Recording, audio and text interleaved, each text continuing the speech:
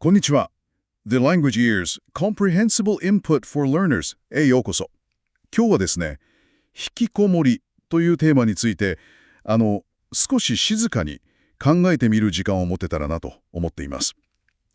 長期的に社会との関わりを持つことが難しくなるという非常に繊細なテーマですよね。そうですね。これは決してどこか遠い話ではなくて、私たちの社会の中に確かに存在している現実なのかなと。何か断定したりとか解決策を、提示するというよりは、ただ静かにですね、この現象そのものとそれを取り巻く状況にちょっと思いを寄せるような、そんな時間にできたらなと思いますね。そうですね。誰かを励ますとかアドバイスをということではなくて、ただ一緒に愉快を深めていくようなそういう場になればと。まず引きこもりっていうこの言葉自体なんですけど、なんか使われ始めた当初と、今とでは少し意味合いというか捉え方が変わったような、そんな印象もあります。最初はどちらかというと若い世代の問題として語られることが多かったように思うんですが。確かにそうでしたね。研究なんかを見ていても、一般的には半年以上ですかね、自宅にとどまっていて、学校とか仕事、あるいは友人との交流みたいな、そういう社会的な活動に参加しない状態というふうに説明されることが多いようです。ただ最近のデータを見ると、若者だけじゃなくてですね、もっと幅広い年齢層、つまり中高年の方々にも見られるってことが分かってきていますね。なるほど。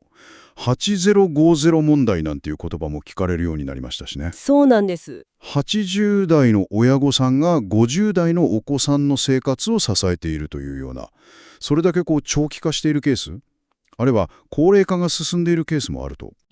そういう側面もありますね。そして性別のことに関しても、以前はやっぱり男性の事例が注目されがちだったと思うんですけど、女性の場合はその状況が外から見えにくいだけで決して少なくないんじゃないかというふうにも言われていますね。なるほど。見えにくいという可能性もあるわけですね。そう考えると、引きこもりに至るその背景というのは本当に人それぞれで、単純には言えない複雑なものがありますよね。全くですね。本当に一つの原因で説明できるようなものではないというふうに感じます。いろいろな要因が複合的に時間をかけて絡み合っていることが多いんじゃないでしょうか。例えばその学校での経験、不登校、つまりいろいろな理由で学校に行けなくなるっていう経験が、その後の社会との関わりに影響するみたいなことも。ありますね。あるいは社会からの期待とかプレッシャーとか、就職活動でつまずいた経験であるとか、経済的な不安定さとか、そういう社会的な要因も考えられますし、あとはそのご家庭の環境ですとか、親子関係のあり方、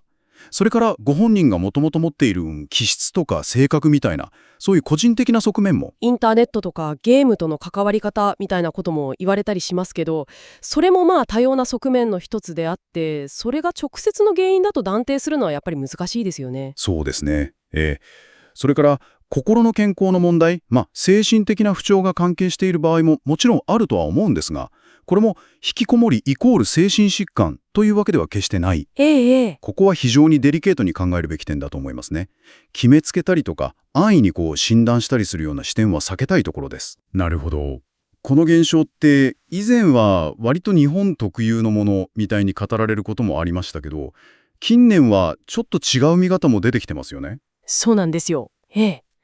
えば韓国ですとかスペイン、アメリカなんかでも、他の国々でもですね、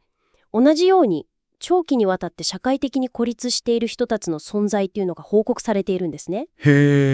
文化的な背景と社会の仕組みはそれぞれ違っても、現代社会に何か共通するような生きづらさみたいなものが背景にあるのかもしれないなと感じますね。そういえば数年前、世界的に多くの人が家の中で過ごす時間を長く持たざるを得なかった時期がありましたよね。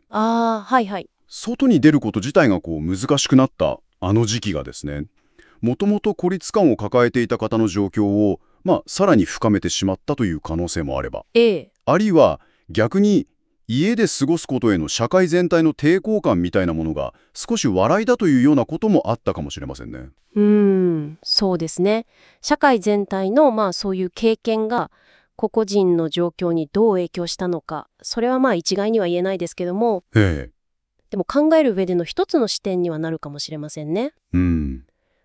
ここまで話してきたように、状況っていうのは非常に複雑で、ご本人とかご家族にとっては時にすごく困難なものだと思うんです。そうですよね。ただその一方で、なんていうか希望がないわけではないとも感じています。と言いますと？つまり、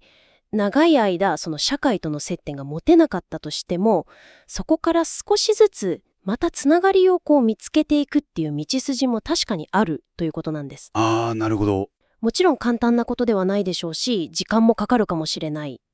でも変化は起こりうると。具体的にはどういう形でその変化というかつながりが？そうですね。例えば専門的な知識を持った支援センターとか相談窓口もありますし、はい。最近だとオンライン上のコミュニティで非常に緩やかなつながりを見つけるっていう方もいらっしゃいますね。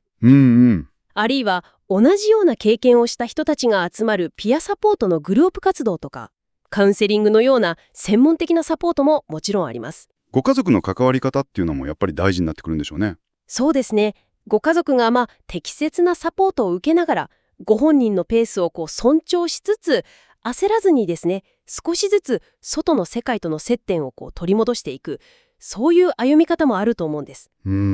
大切なのはやっぱり無理強いするんじゃなくて、その人なりのタイミングとか方法でもう一度社会とか他の人とのつながりを少しずつでも感じられるようになっていく、その可能性を探っていくことなんじゃないかなと。なるほど。困難な状況の中にもそういうつながりへの希望っていうのは確かに存在してるんですね。ええ、そう信じたいですね。この話がどなたかの気持ちに少しでも寄り添うようなそんなきっかけになればいいなと思います。はい、ここまで聞いてくださってどうもありがとうございました。また次回。